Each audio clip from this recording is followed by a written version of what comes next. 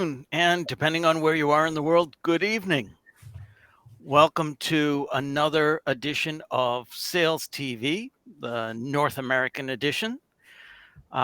Today, we have our familiar crew. Let's go around the horn real quickly, some brief introductions. Adam, will you kick us off, please? I'm Adam Gray, co-founder of DLA Ignite, and I'm loving what's going on with Sales TV. You know, I'm loving the way the conversations are developing and what a great audience we have. Agreed. Thank you. Alex. I concur. My name is Alex Abbott. I'm the founder of Sapiro, and Sapiro helps empower people and organizations create conversations in the world of sales, something that I think is quite difficult to do for many. And before we move on to Tim, can I just say how much of a Formula One fan I am, and how much Adam may not like the T-shirt that I'm wearing. I don't know if you can just see the numbers. No, stand back a little. Let's get a. Oh, yeah, no, I'm not interested in that. All righty then. Thank you for that, Alex. Tim. Hi, I'm Tim Hughes. I'm the CEO and co-founder of DLA Ignite. I'm famous for writing the book Social Selling Techniques to Influence Buyers and Changemakers. I'm not a Formula One fan. I have no idea what your T-shirt's about. Okay. Lewis Hamilton's number 44. Oh, right. Okay. Okay. His helmet. And I'm Rob Durant, founder of Flywheel Results. Unlike Tim, I'm not famous for anything. I have not written a book. You will be very soon, Professor. I will be very soon. Thank you. Thank you for that. And like Adam said, I am very excited about the direction Sales TV is headed. Lots of great conversations have happened already, and looking forward to significant conversations coming up. So speaking of great conversations that took place, it's my understanding that on the Sales TV EMEA edition earlier today, there were some fantastic conversations around psychological safety in sales. Somebody want to catch us up? Yes. This morning we had a guest on, and we talked about a number of things, and one of those things was to do with psychological safety. And the definition of psychological safety is running an environment where, or a meeting where anybody feels that they can speak up. So we went through we actually did a role play where, so Alex, for those that don't know, has an online persona called the Bearded Sales Guy. Did I get that right? No, you got that right. And he actually went into role by putting his tie on and his jacket on. Yes. And we went through this role play of, bearded sales guy is an amazing salesperson, hitting his number every year, and what happens that we then promote that person, and quite often, sometimes that doesn't work out. Yeah. And we then talked about the need for psychological safety around if something happened where maybe the new manager came in and they were a great salesperson, but not necessarily a great leader, that may have an impact on what was going on. Yeah, and I think the big thing for me was the fact that in an industry that is under immense pressure to deliver in the face of, I know we talked about this many times before, but the economic pressures, it's putting salespeople and teams under so much pressure that they're kind of being forced to do the same things over and over again, knowing that they're not getting the results that the organization needs. And that's in in essence causing this mental health endemic within sales. You know, we've had Jeff Risley from the Sales Health Alliance on before, talking about the fact that 79% of salespeople are highly stressed, 63% are suffering with poor mental health. So let's just pause there, and let's just say those figures again, because that's truly shocking, isn't it? 79% of salespeople are suffering from high or experiencing high levels of stress. So 4 out of every 5 people in sales. Yeah. It's just unbelievable, isn't it? Yeah.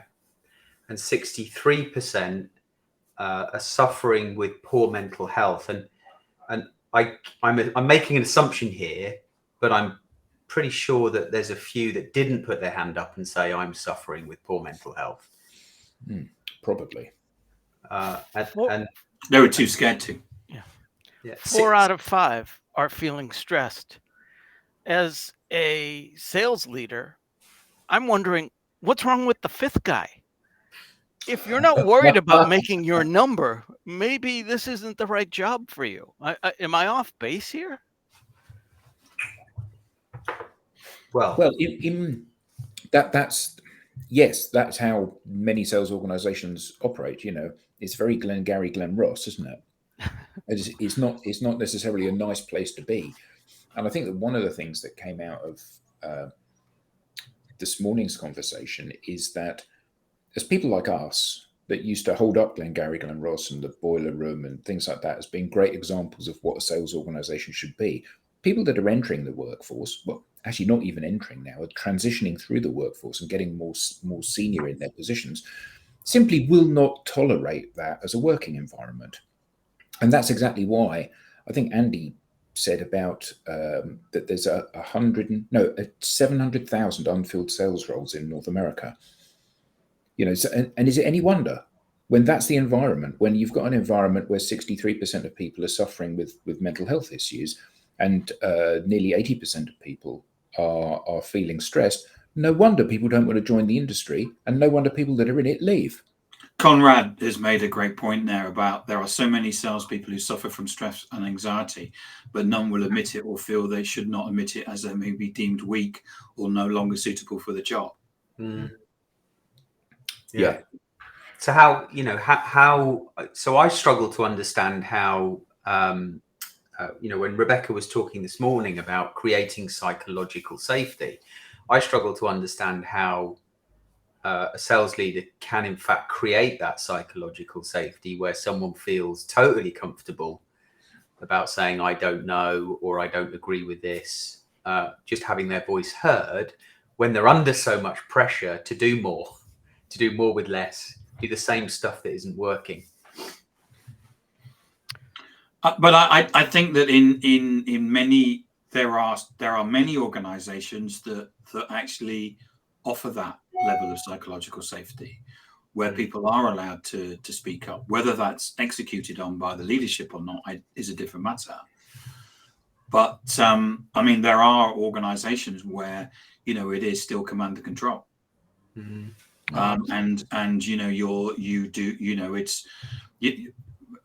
I was talking to somebody recently where they'd gone into an organization and the new sales leader basically came in and said, look, this worked for me 20 years ago. It will work for you now. Get on with it.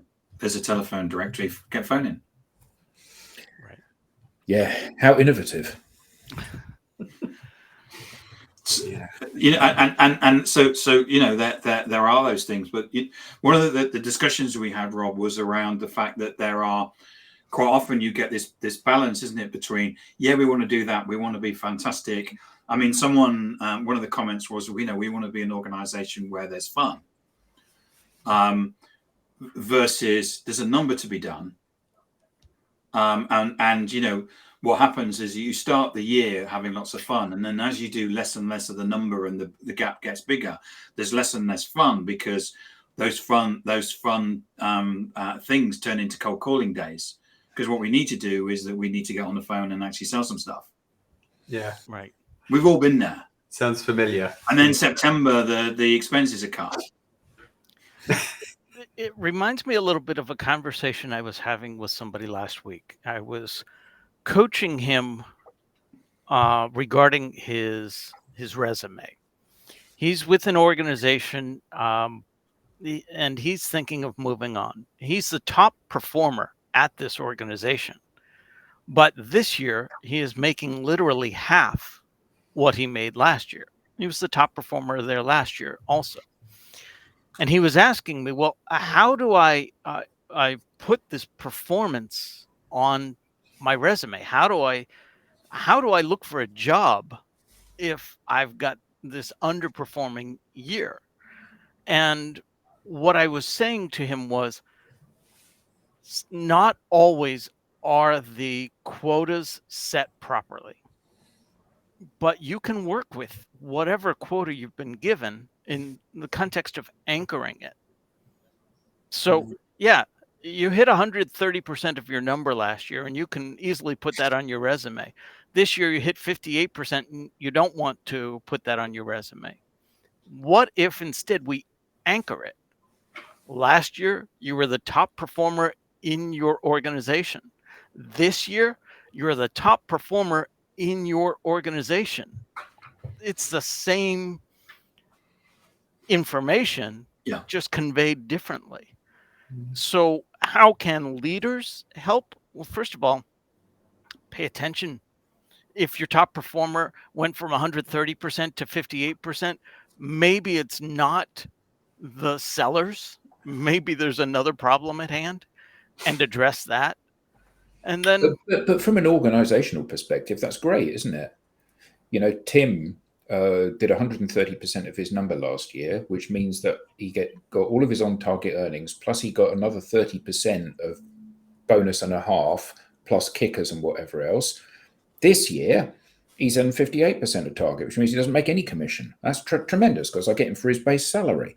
So the fact that I've moved the goalpost, he's still selling. In fact, he's selling more stuff than he did last year. But I've moved his target so far that I am actually getting the same amount of work, more revenue, but for less money. That's great, isn't it? in the short term, sure.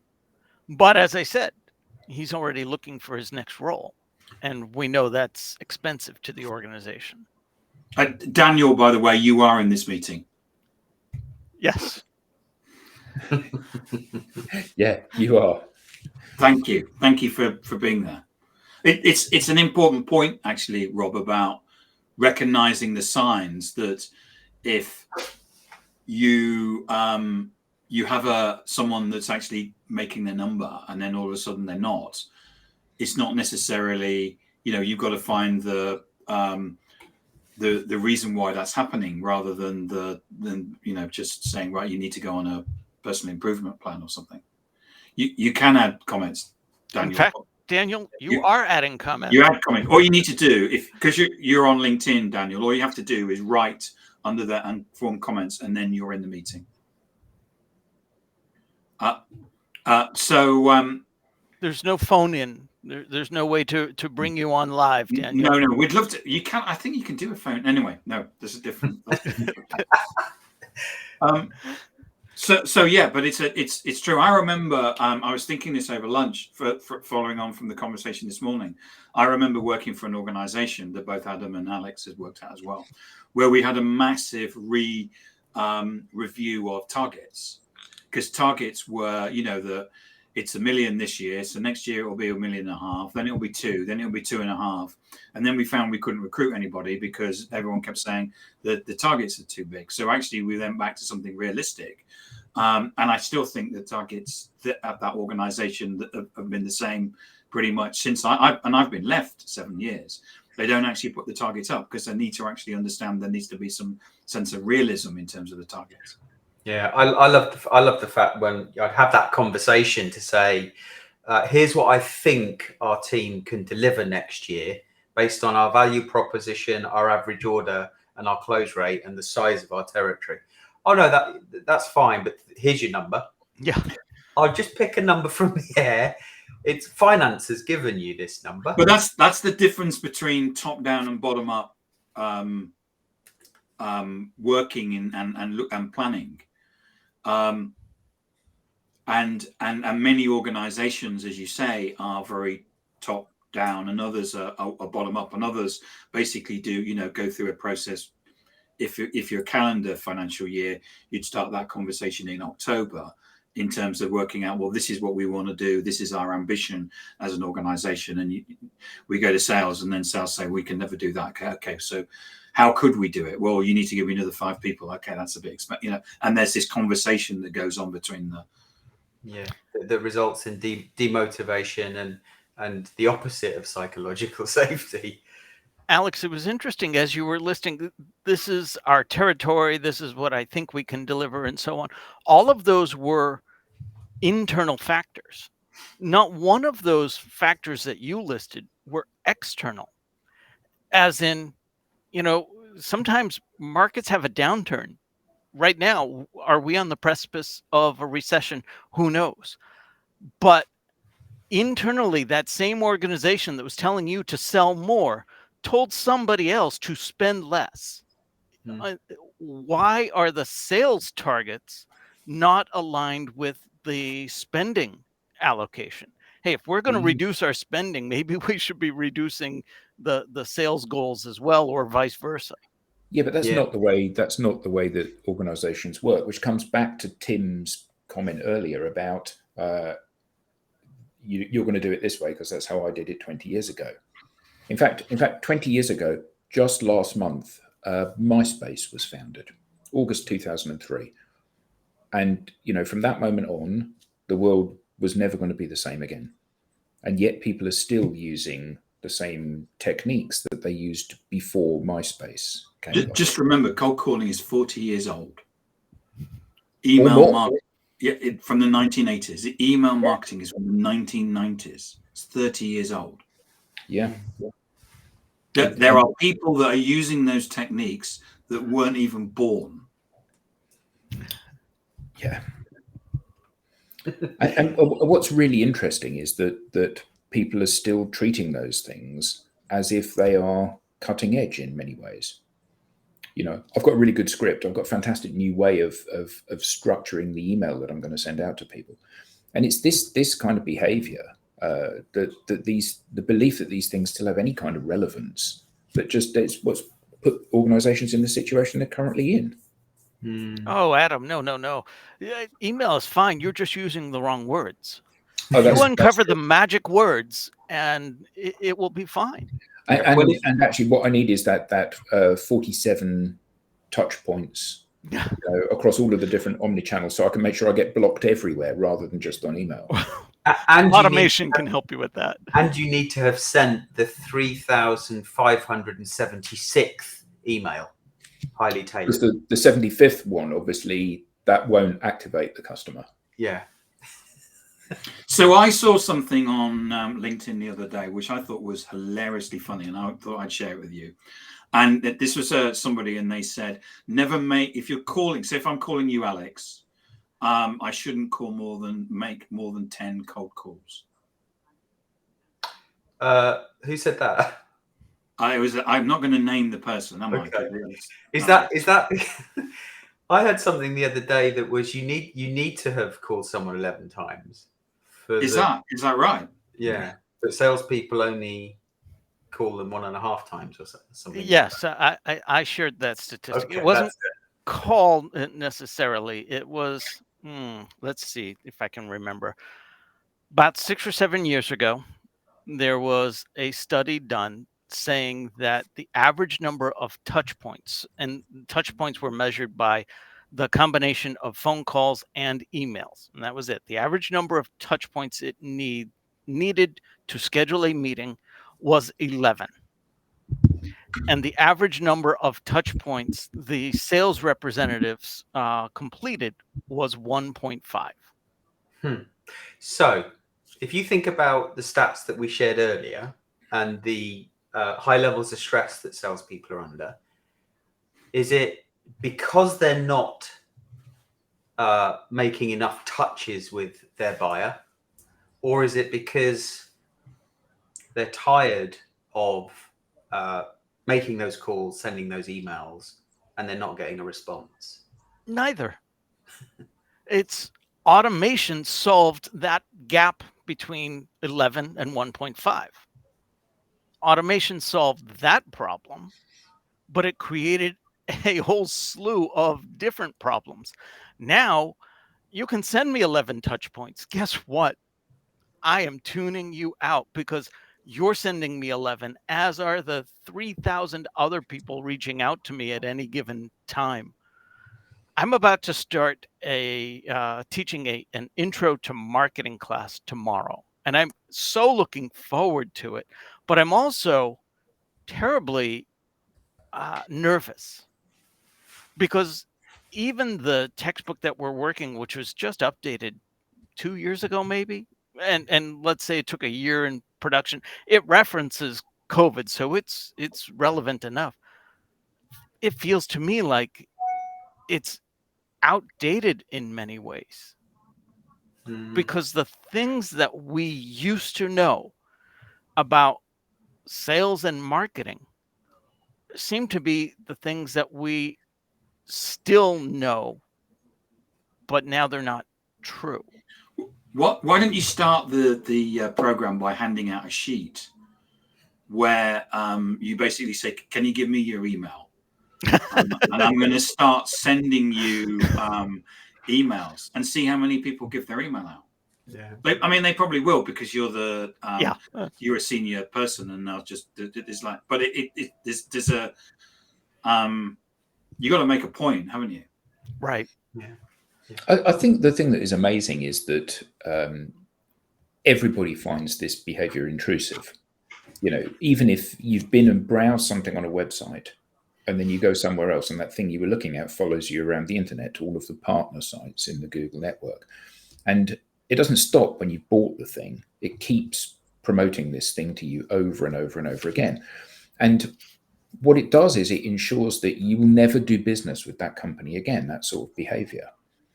And but increasingly, I think, you know, there will be tools that come out. You know, the opportunity for somebody working in the AI space is to create the tools that stop this sort of thing from happening. So a guy did a TED talk about this. He started a company called the Jolly Roger Telephone Company, and it's an automated voice that sits in between your line coming in and the phone on your desk, and it identifies whether or not it's a number. So, you know, Rob, I don't mind getting calls from him. Tim, I don't want to get calls from him, so he's not in the approved list. And what it does is it's an automated voice that talks to the person, but it's not obviously automated, and it gives responses based on what they're saying. And the idea is just to suck up as much of the time of that person as you possibly can, in order that in the end they give up and just don't phone you back.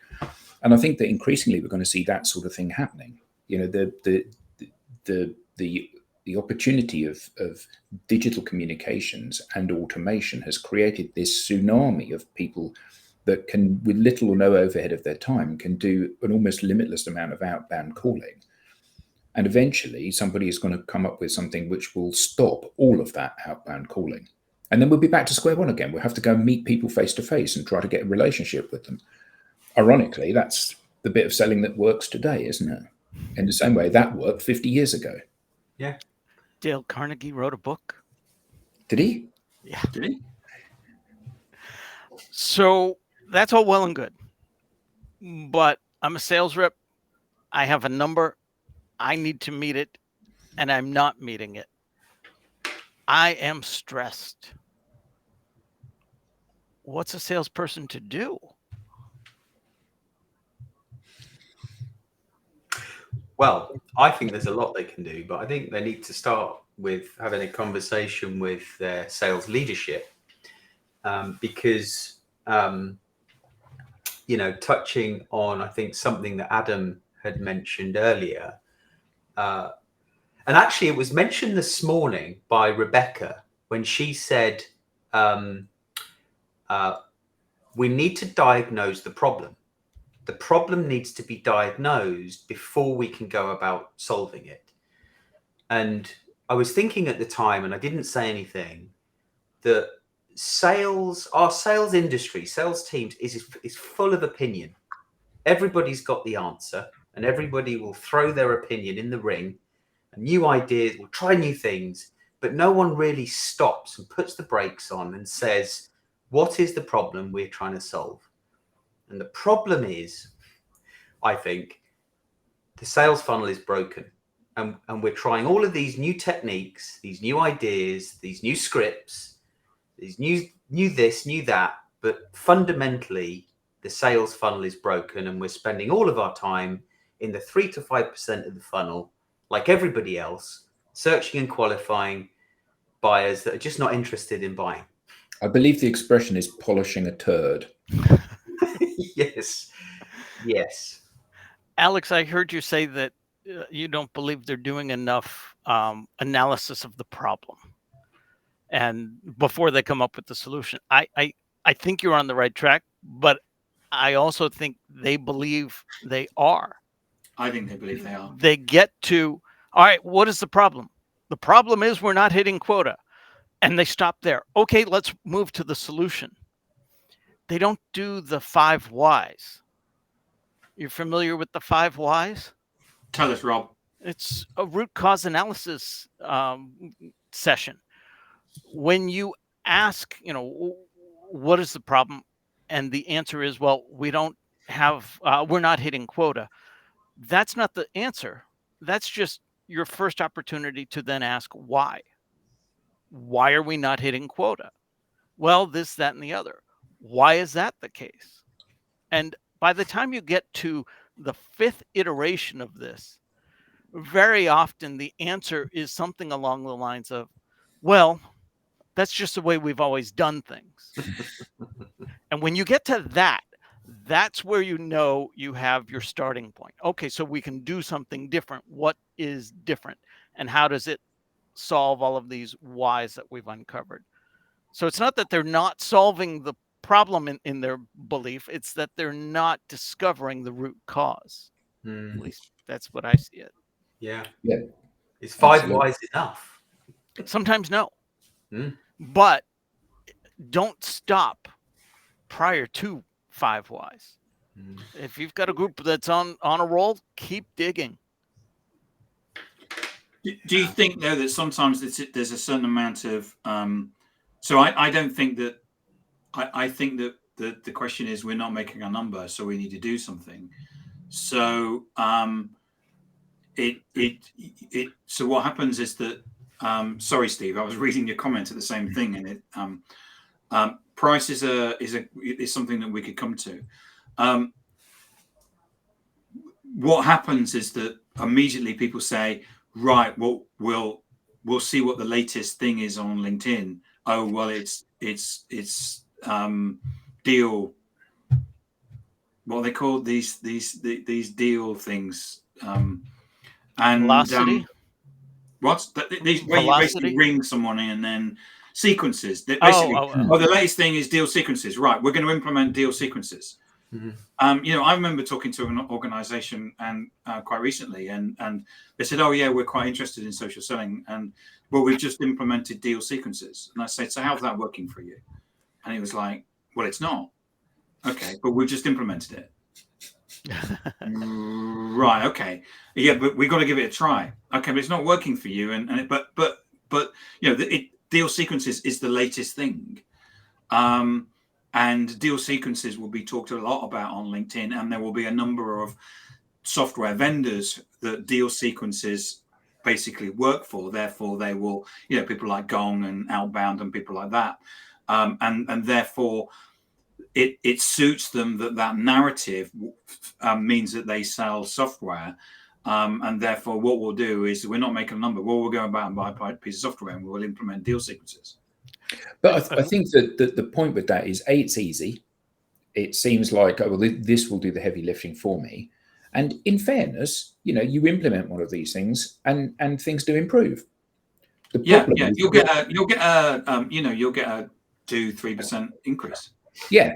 So you're getting a 2 or 3% increase of the 3% of people that have got to that point. So the problem is that it is literally polishing a turd. It is at that point where there is so little stuff to work with that you get an improvement, and actually it doesn't impact the bottom line. And that's the problem. When you're sending 1,000 emails and you're getting a 5% response rate, well, you get a 30% open rate, and that's as people preview them before sticking them in the trash and spam folder.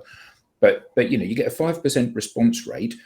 The problem is not the 5% and smoothing the 5%. The problem is the 95%, and everything is addressing the 5%. It's like, okay, so we'll put a deal sequence together for the people that have read the email, the people that have responded to the email, the people that have clicked through, the people that have taken an action with it. And actually, it's always a tiny little part of the program, isn't it? It's not what you actually want to be addressing. It's a bit like that story, isn't it? That many of you hear about. During the Second World War, there was that program, wasn't there? That when the bombers came back, program to work out where the bullets were hitting the plane. And then someone pointed out that actually it's the bombers that don't return are the people that you need to actually do the study on. So it was about where the bullet holes were, and they were clustered in certain places, and people were like, okay, we need to put the armor there. No, you need to put the armor where there are no bullet holes, because those are the ones, as you said, Tim, that didn't come back. And I think that's the issue, isn't it? It's like everyone's focusing on the 5%, the people that have downloaded the white paper or have clicked on the email. And actually, that's not the issue. The issue is the fact that the overwhelming majority of people have deliberately ignored this stuff that's going out. And sending out more stuff, we'll increase the frequency, we'll add more touch points, we'll do more emails, we'll do them more frequently. That just drives that down. Yeah. We have a couple of comments. We want to make sure we get to them. So Steve Lacey had said, in my experience, it's more like price is the issue. This usually comes from a poorly trained sales team. I would push back on that, Steve, from two regards. First of all, I've always heard that if price is the issue, then the salesperson hasn't done a good enough job in building value.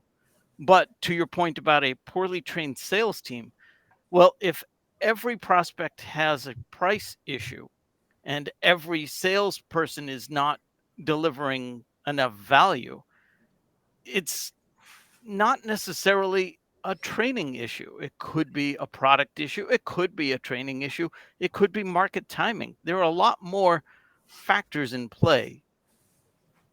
For me, as a salesperson, and Steve, I've always sold a product that's been more expensive than my competition. And so do anybody who's, anybody who drives an Audi, a BMW, or a Mercedes, why did you buy those products? Because you can get, if you want to get a metal box with 4 wheels, you can buy a Ford, and they're way much better. They're far cheaper. I have a Ford. Yeah, particularly I know the you ST. do. An ST, XR2, isn't it? and so price. But I did quite early on in my sales career, I did a negotiation course, and it was just really awesome about understanding the price dynamics between buyer and seller, and understanding the fact that people do actually buy more expensive products, and sometimes do. Same here, but reflecting on a team that isn't performing is where the point is being made. Yeah. And the usual, people give 10% discount when they actually only needed to give 3 or something like that. Yeah. Well, the sales leader comes in, gives it away because he thinks. Speaking of sales leaders, we have a comment from Daniel. Yeah, this is an interesting comment. Sales management with zero vision is the issue holding me back from executing on Tim's recommendation to utilize social media to create interest among prospective buyers and develop a personal professional brand. From what I see, corporate sales management cannot assimilate an inspiring and new technical solution for customer problems. Well, you've seen this, and I won't mention the person, but you can, Alex. A young person that has fairly recently been hired into a sales role because they're a social rock star. They publish something, it spreads way outside their network. They get loads of conversations off the back of that. And they are absolutely using social to drive interest and initial conversations that ultimately lead to pipeline and revenue. This person has started in a new role, and they are having enforced on them by the sales leadership KPIs, and they are being measured on the things that the rest of the sales team are doing that aren't working. Now, it could well be that you hire somebody in and they are the anomaly. You say, everyone else, we want them to do 100 calls a week, and we want them to send 50 emails a week, and we want them to go to 10 events a month, and whatever the KPIs are. But this person is different because they've already got a global brand that people consume and take belief in. But when you take that person and then you try to mold them in the image of the unsuccessful salespeople in your organization, that is nothing short of madness. Yeah. But then that highlights the problem that I was talking about earlier. These organizations are still working, their sales and marketing engine is still working in a traditional way, searching and qualifying that 3 to 5%. And that is causing the problem. But buyers are not interested, they're not engaging. Performance engagement rates are declining. As a result, it's causing stress amongst salespeople. Something has to change, because an organization hires someone because they're the best in their field, and then they get them to work in a different way. It just doesn't make any sense. So when you talk about the 3-5%, Alex, just let me to confirm, this is where you're getting, these are the three, this research that says 3% to 5% of the market are actually looking to buy your product and service at any one time. Yeah. So HighSpot did some research on this. There was another academic paper. I forget the name. I can get it if someone's interested in who it was. But between those two pieces of independent research, it was found that the average, so the average percentage of a territory, any given territory that was in market for the solution that you have, was 3 to 5%. And so, somewhere in between, could be lower, could be slightly higher, depending, but a good average was 3 to 5%. And so when you say, so what you're saying is that everybody is focused on that, because if you look at LinkedIn and the knowledge that comes out of VC organizations, they will tell you that you're wasting your money talking to people that are not in market. So where is that wrong? Well, that's fundamentally wrong, and the reason that's wrong is that, as Alex said, there's let's say 4%. 4% of people in your universe are in market, and you've got 20 competitors chasing those people. Yep. Those people identify themselves as being in market, and then it's a race to go after those people. And all of the vendors are clawing at one another to get to the front of the queue to have a conversation, because they all know that the person that first, because there's so much research that shows this, the first person to add value is the person that's most likely to get the deal. Now, the fundamental problem with this is, why are you focusing on the 4%? There's 96% of people that, if you've got a decent product, let's assume for a moment that you're a CRM vendor. Every business in the world needs a CRM system.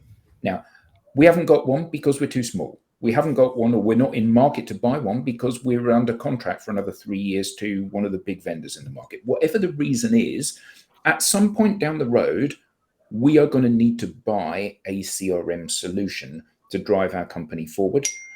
And the problem is that at the point that we are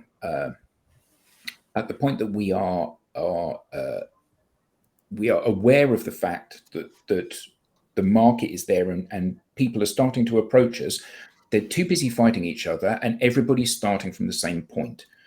If you create a big audience of people that are consuming your content about CRM now, there will come a point that that as a vendor, you get a head start. Wouldn't you rather, when somebody announces that they're in market to buy something, wouldn't you rather have been talking to them for the last 6 months? Yeah, or the before you get to that point, Adam, I think it's important to say that if there is no so you're investing all of your time on searching and qualifying the 3 to 5%, but if there is no pre-existing relationship, there is no deal.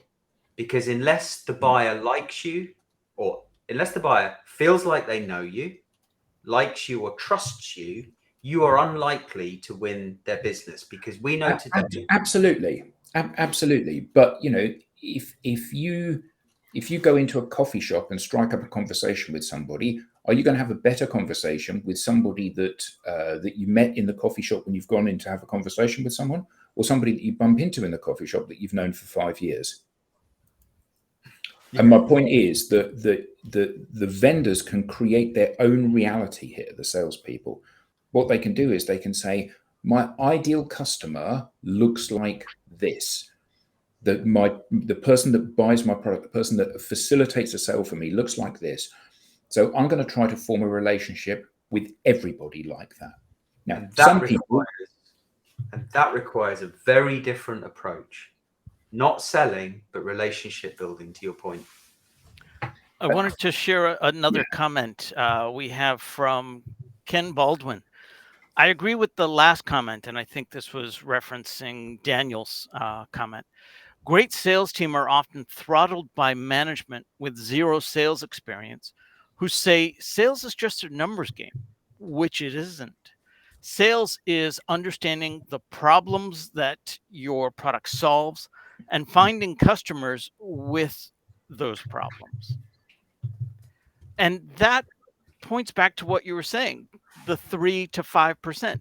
If they don't have the problem, they're not a potential customer and they're not going to buy. I have a sales quota today. I can make all the friends in the world that I want. They're not going to retire my sales quota. Is that the problem?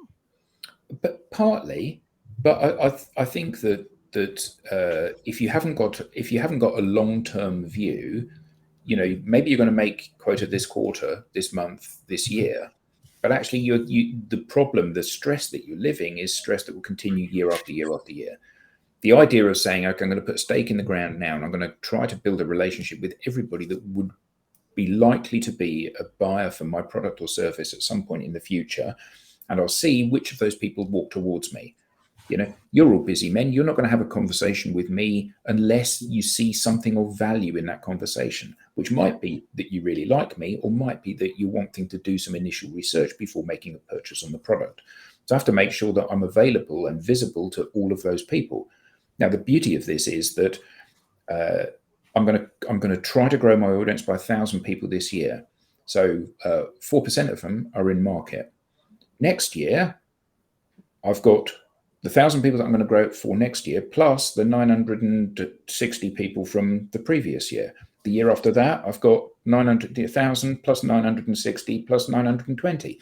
And every year, I'm going to grow that audience. So it becomes progressively easier for me to make my quota, progressively less stressful, progressively more enjoyable. If only organizations let salespeople work in that way. It's absolutely that gap that is the biggest challenge. I can't afford the time right now. Yeah. But put the comment. Take it, Tim.